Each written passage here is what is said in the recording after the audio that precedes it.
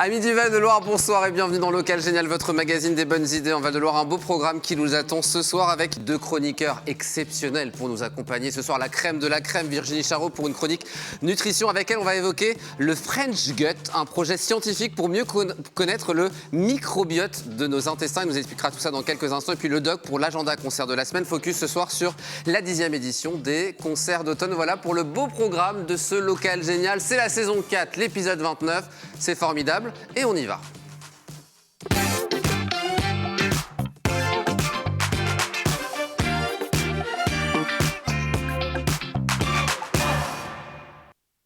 Bonsoir à vous et bienvenue dans ce nouveau numéro de Local Génial avec deux chroniqueurs, je le disais, la crème de la crème qui est avec nous ce soir. Bonsoir Virginie Charot. Bonsoir. Notre nutritionniste de Local Génial. Ce soir, on va parler microbiote. Ouais, on va parler de ce qui se passe là-dedans. Le French Gut. J'ai cru que c'était un festival électro dont elle allait nous parler, mais pas du tout. Bah, pourquoi pas? Ça peut lancer des idées, non? Ça peut être une bonne idée. À parler santé et nutrition avec Virginie Charot, comme on le fait régulièrement. Car oui, Virginie, c'est Octobre Rose, un mois important aussi, puisque la nutrition rentre aussi évidemment en compte dans ce genre de situation. Bah, la nutrition en lien direct avec la santé et la santé en lien direct aussi avec la prévention. C'est hyper important de banaliser ces actions de prévention. Et c'est peut-être un moyen pour moi aussi de faire une transition parce que banaliser des actes de prévention, il y a aussi des actes qu'on peut faire pour aider la science. Et quand on a l'habitude d'aider la science, bah après, pour se faire dépister ou pour aller... c'est plus simple. C'est plus facile. On comprend comment ça se passe. Ce soir, tu voulais nous parler du French Gut. Alors, je ne le connaissais pas. Je ne sais pas si vous connaissez autour de ce petit salon. Un projet scientifique pour mieux connaître le microbiote de nos intestins. Tout le monde peut y participer à ce projet scientifique. Exactement. Alors, c'est un projet qui est porté par l'INRAE et la PHP. Un projet français, pour une fois, qui marche bien aussi, qu'on a envie de soutenir. Et pourquoi moi, nutritionniste, je vous en parle? La dernière fois, je vous ai parlé de la mastication. C'était important de prendre soin de ce qu'on mettait dans notre ventre, parce qu'il y a beaucoup de choses qui vont se passer au niveau des intestins, là où on a notre microbiote, autrement aussi appelé la flore intestinale, autrement appelé aussi le biome. Donc le microbiote, c'est quoi? C'est ce qui protège les intestins?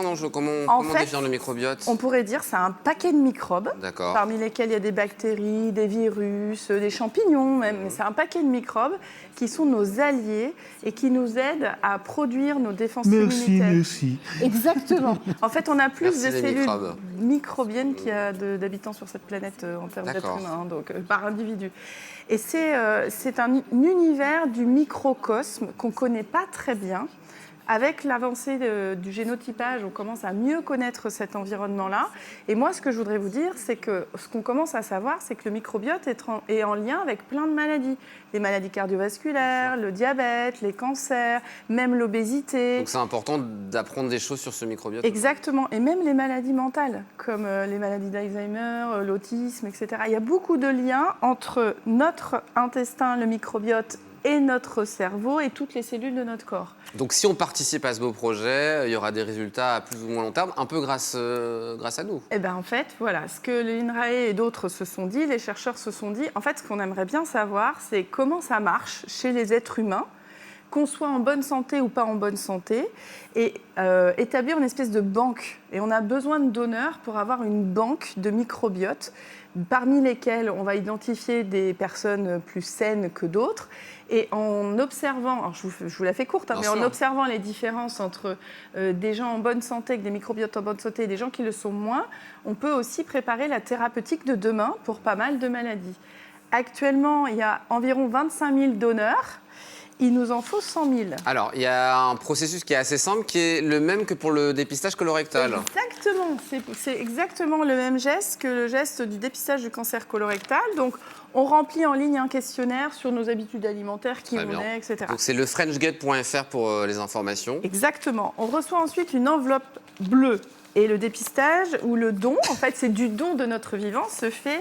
Donc, si c'est le dépistage du cancer colorectal, c'est une enveloppe bleue aussi. Et ça sera à peu près la même chose. Si c'est le French Gut, c'est une enveloppe bleue aussi. En fait, on est à la maison, on reçoit un petit kit avec un petit questionnaire, avec un petit plastique pour poser sur nos toilettes. Voilà. On fait caca et on prélève. Alors, il y a un tout petit écouvillon, hop, un tout petit peu de nos selles. On est dans le pratico-pratique ce soir. On est dans le pratico-pratique. On met le prélèvement dans le produit et ensuite on met dans une enveloppe. Alors tout est prévu, hein, tout On est renvoie expliqué. directement. Qu'on renvoie directement, juste, on n'envoie pas ça la veille d'un jour férié. Hein, on pense qu'il faut que ça arrive le plus frais possible, que ce soit... On met dans une petite glacière. Non, il n'y a pas besoin, mais tout est bien prévu dans la petite enveloppe. Mais en attendant, on fait ce don-là. C'est rapide, c'est non invasif. Et ça nous prépare aussi au futur dépistage qu'on aura. Voilà, ça nous apprend ce geste aussi du dépistage parce qu'on est sur des Et on va dépistages. peut-être aussi rentrer dans l'histoire. Et on va peut-être rentrer Bien dans sûr. Ça, c'est l'histoire. important. ça. Anonymement, mais on rentrera dans l'histoire. Et puis, on a fait quelque chose pour aider nos chercheurs aussi.